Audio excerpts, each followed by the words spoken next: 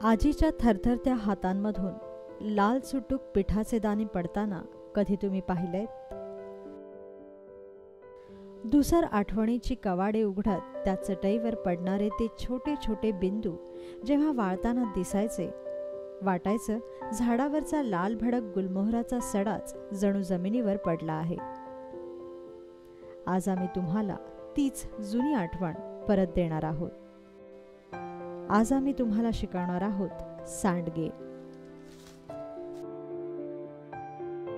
उन्हाळ्यात केल्या जाणाऱ्या वाळवणामध्ये सांडगा हा पदार्थ अत्यंत महत्त्वाचा आहे. दिसायला अतिशय आकर्षक आणि चवीला तितकाच खमंग. गावाकडे तर सांडग्याला मटणच म्हटलं जातं. म्हणजे पावसाळ्यात जेव्हा मटण आणणं शक्य होत नाही तेव्हा या सांडग्याचं कालवण किंवा चटपटीत सांडगा करायचा आणि मस्त मटणासारख्या चवीच्या या सांडग्याचा आस्वाद घ्यायचा. चला तर मग आज घेऊया अस्सल गावरान सांडग्याची चव.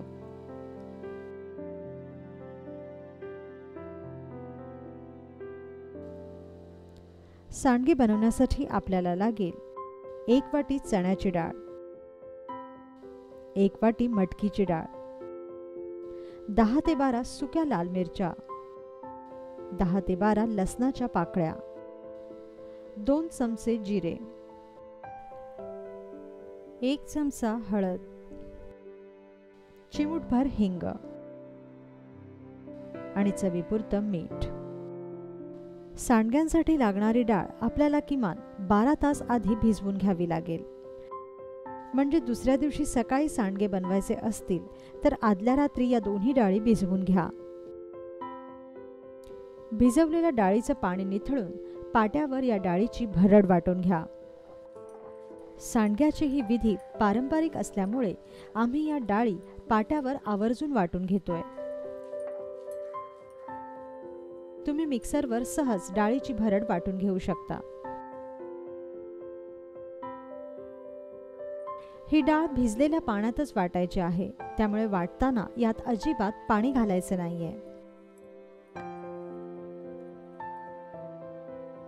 डाळीनंतर लसूण, सुक्या लाल मिरच्या आणि जिरं एकत्र वाटून घ्या. गरज वाटल्यास याला पाण्याचा हबका मारा. लक्षात ठेवा की आपल्याला इथे पाण्याचा जास्त उपयोग अजिबात करायचा नाही, कारण सांडगे हा एक वाळवणाचा पदार्थ आहे, त्यामुळे आपल्याला याला वर्षभर टिकवून ठेवायचं आहे. आता वाटलेली डाळ आणि मिरचीचं वाटण एकत्र करून घ्या. मग यात चवीपुरतं मीठ, हळद आणि हिंग घाला. आता हे मिश्रण छान एकजीव करा.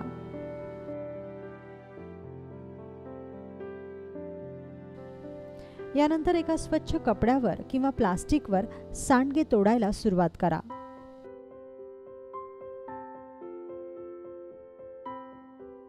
सांडगे तोडायची एक विशेष पद्धत आहे. अंगठ्याने पिठाचे हे सांडगे अशा प्रकारे तोडावे लागतात.